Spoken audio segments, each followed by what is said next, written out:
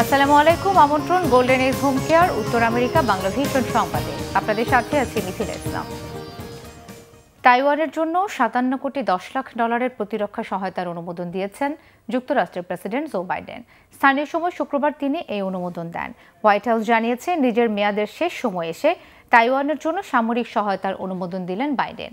এর আগে চলতি সপ্তাহের শুরুতে যুক্তরাষ্ট্র থেকে 38টি উন্নত প্রযুক্তির আব্রামস যুদ্ধ ট্যাঙ্ক তাইওয়ানে পৌঁছায়।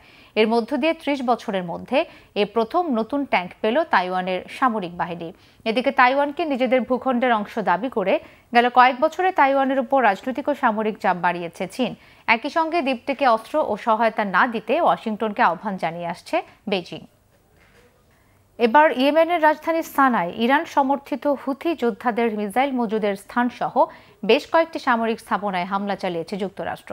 ইসরায়েলের রাজধানী তেল আবিবে শনিবার হুথিদের হাইপারসনিক মিসাইল হামলার কয়েক ঘণ্টা পরে ইয়েমেনে পাল্টা হামলা চালালো যুক্তরাষ্ট্র।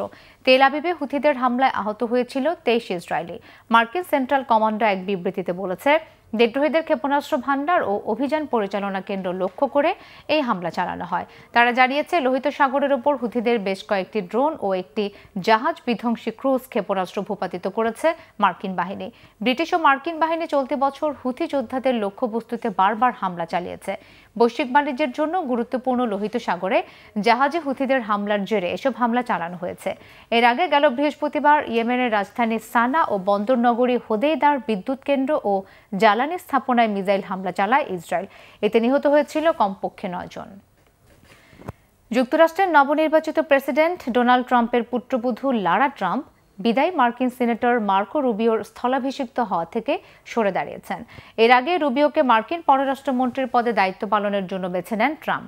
আসছে 20 জানুয়ারি রুবিও ফ্লোরিডার সিনেটরের পদ থেকে পদত্যাগ করবেন। সিনেটর পদে রুবিওর স্থলে কাউকে বেছে নেবেন ফ্লোরিডার গভর্নর রন ডিসান্টিস। এ বিষয়ে জল্পনা ছিল যে সিনেটর পদে রুবিওর স্থলাভিষিক্ত হবেন লারা ট্রাম্প। 2024 সালের মার্কিন প্রেসিডেন্ট নির্বাচনে ট্রাম্পের রিপাবলিকান পার্টির জাতীয় কমিটির কো চেয়ারের দায়িত্ব পালন করেন লারা ট্রাম্প। কিন্তু শনিবার লারা ট্রাম্প এক্সে দেয়া একটি পোস্টে রুবিওর স্থলাভিষিক্ত হওয়ার বিবেচনা থেকে নিজের নাম সরিয়ে নেন। লারা ট্রাম্প বলেন, রুবিওর স্থলাভিষিক্ত হলে নির্বাচনের সময় রিপাবলিকান পার্টির জাতীয় কমিটির কো চেয়ার হিসেবে কাজ করার চেয়ে বেশি সম্মানিত তিনি হতে পারতেন না। এই ছিল এখনকার মতো। আগামী বুধবার বাংলাদেশ সময় সকাল 6টা, মঙ্গলবার নিউ ইয়র্ক সময় রাত 8টায় উত্তর আমেরিকা বাংলা ভিশন সংবাদ দেখার আমন্ত্রণ রইল। এতক্ষণ সাথে থাকা ধন্যবাদ সবাইকে।